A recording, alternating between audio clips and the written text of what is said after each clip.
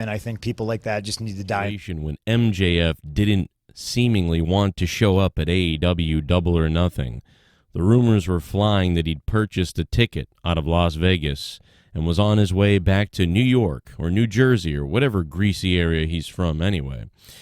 However, MJF did miss the signing event that he was supposed to be at and bailed out of that. So problems with Tony Khan and MJF stem from AEW Double or Nothing during the Fan Fest, and that's when MJF decided to no-show that meet and greet.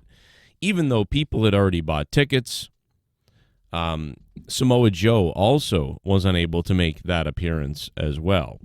MJF basically reportedly turned up right before his match. So within an hour before his match was going to happen or not happen, he showed up, was ready to do it, ran out there, did the match the way they'd planned, and after that, he immediately took off from the building.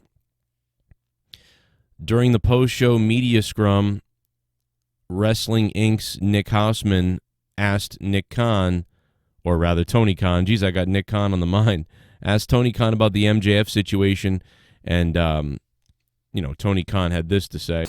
From your perspective, what happened with MJF this weekend? I'm not going to comment on that, but I've got a lot of stuff on the pay-per-view I can comment on. So at this point, MJF is apparently not going to be on the road, and they're going to be taking a break, and Tony Khan and MJF are going to sit down and talk this thing out. They're going to have some kind of a meeting, and we're really going to get an answer on what really happens with this situation coming up. It's going to be very interesting to see. I think Tony Khan has no choice but to pay this guy a lot of money if he wants to keep him, because it's going to be pretty embarrassing if MJF now leaves for WWE after Cody Rhodes has already left for WWE. Very interesting situation.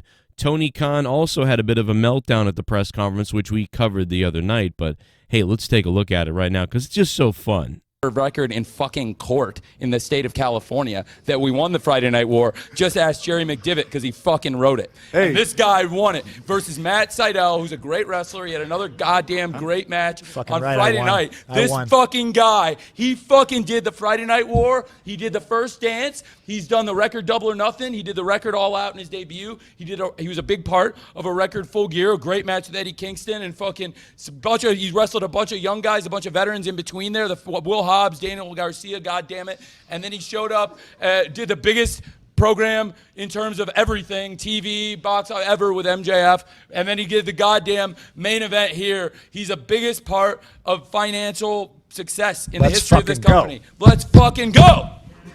And what followed next was CM Punk basically wishing that Eric Bischoff was dead. Anybody, I never mentioned him by name, and I think people like that just need to die in the dark, and I don't need to speak their name and stuff like that. I'm focused on what we're doing and the positives we bring to the world. And I don't want anybody to die.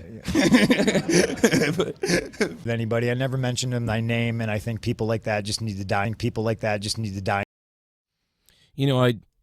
And people are going to say, well, he didn't just say people like that need to die. He said die in the dark. But, I think it's even worse to die in the dark. I mean, so CM Punk doesn't want just want Eric Bischoff to die. He wants him to die in the dark. That's even crazier. I hope you guys leave a comment down below. Leave a like, subscribe. And if you leave a super thanks, I will pin your super thanks to the top of this video. Thanks for watching. Now watch some more of my videos, like this one where I'm an insane maniac.